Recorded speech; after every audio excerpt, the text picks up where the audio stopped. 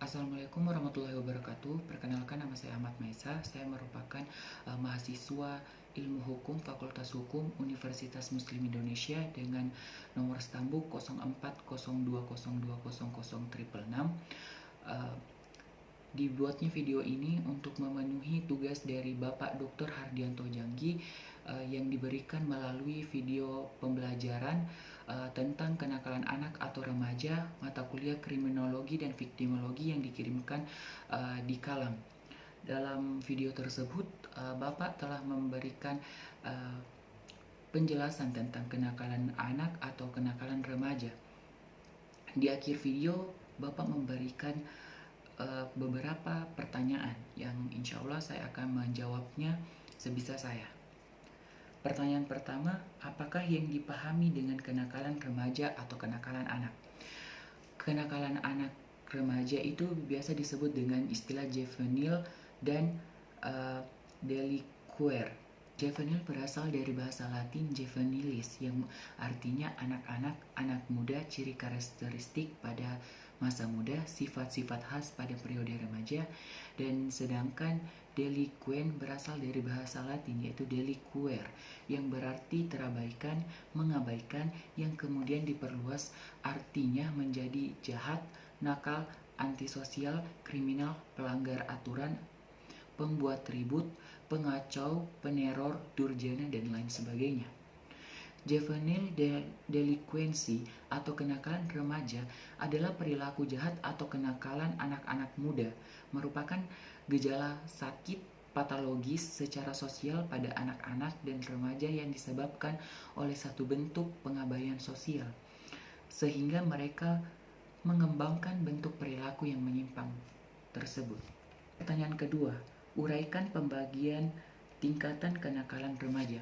Pembagian tingkatan remaja ini ada 3, yaitu kenakalan biasa, kenakalan yang menjurus pada pelanggaran atau kejahatan, dan yang ketiga kenakalan khusus.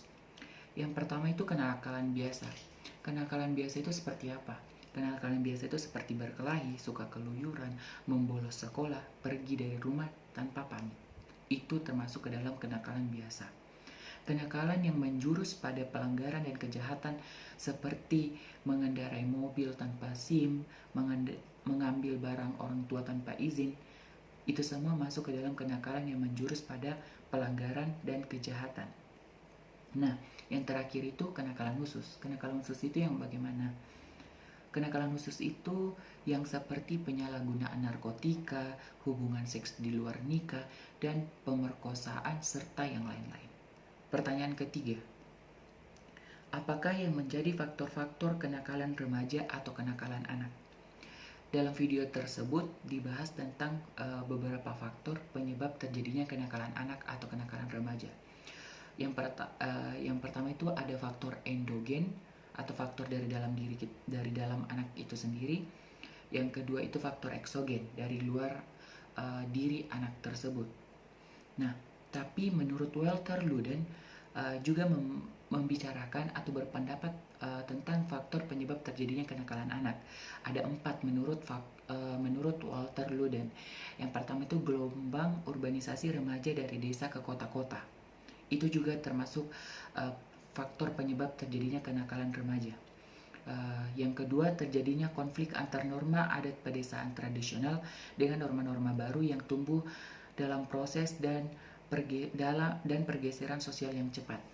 Yang ketiga, memudarnya pola-pola kepribadian individu yang terkait kuat pada pola kontrol sosial tradisional, sehingga anggota masyarakat, terutama remajanya, menghadapi yang namanya samar pola untuk melakukan perilakunya. Dan yang keempat atau yang terakhir, berkembangnya kenakalan anak remaja yang disebabkan oleh dampak negatif dari perubahan global yang cepat meliputi ilmu pengetahuan dan teknologi sehingga anak melakukan perbuatan di luar kesadarannya.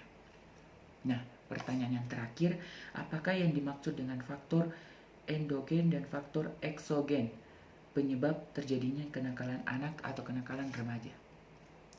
Seperti yang kita ketahui, faktor endogen dan faktor eksogen itu merupakan salah satu faktor yang menyebabkan terjadinya kenakalan anak atau kenakalan remaja. Apa itu faktor endogen dan apa itu faktor eksogen?